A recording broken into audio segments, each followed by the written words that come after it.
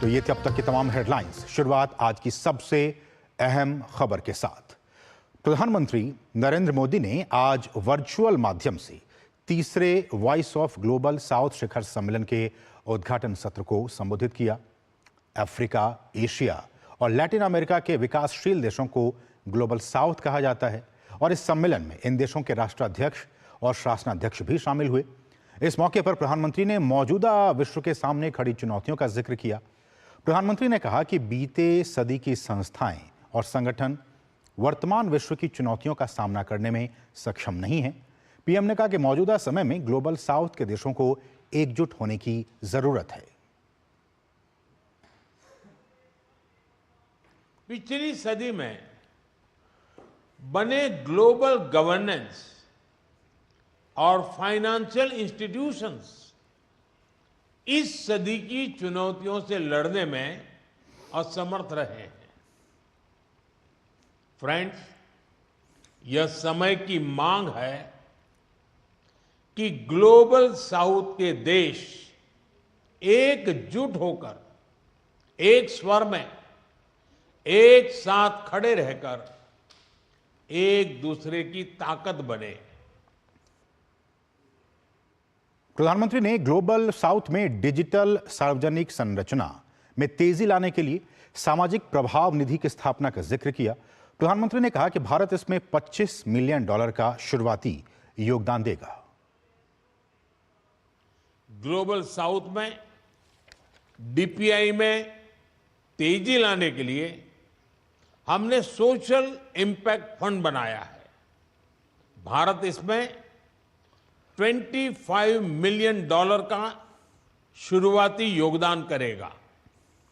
Friends, health security के लिए हमारा मिशन है वन वर्ल्ड वन हेल्थ और हमारा विजन है आरोग्य मैत्री, यानी फ्रेंडशिप फॉर हेल्थ। प्रधानमंत्री ने शुभारंभ समारोह के समापन वक्तव्य में मिलजुल कर आगे बढ़ने पर जोर दिया। आज मैं आपके सामने भारत की ओर से एक व्यापक ग्लोबल डेवलपमेंट कॉम्पैक्ट का प्रस्ताव रखना चाहता हूं।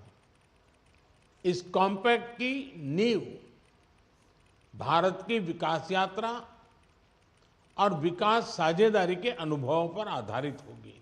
यह कॉम्पैक्ट ग्लोबल साउथ के देशों द्वारा स्वयं निर्धारित की गई विकास प्राथमिकताओं से प्रेरित होगा।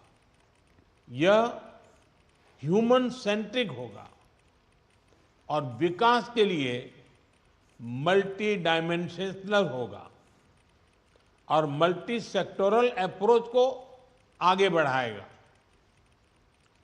यह डेवलपमेंट फाइनेंस के नाम पर जरूरतमंद देशों को कर्ज तले नहीं दबाएगा। प्रधानमंत्री ने ग्लोबल साउथ को विभिन्न क्षेत्रों में सहयोग देने की भारत की प्रतिबद्धता को दोहराया।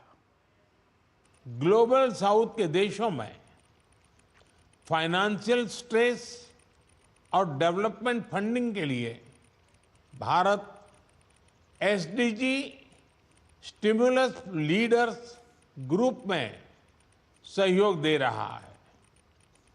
हम ग्लोबल साउथ को सस्ती और प्रभावी जेनरिक दवाइयां उपलब्ध कराने के लिए काम करेंगे। हम औषधि रेगुलेटर्स के प्रशिक्षण में भी सहयोग करेंगे। कृषि क्षेत्र में नेचुरल फार्मिंग के अपने अनुभव और टेक्नोलॉजी साझा करने में हमें खुशी होगी। और ग्लोबल साउथ समिट की तीसरी बैठक का समापन हो गया है। विदेश मंत्री डॉक्टर एस जयशंकर ने बताया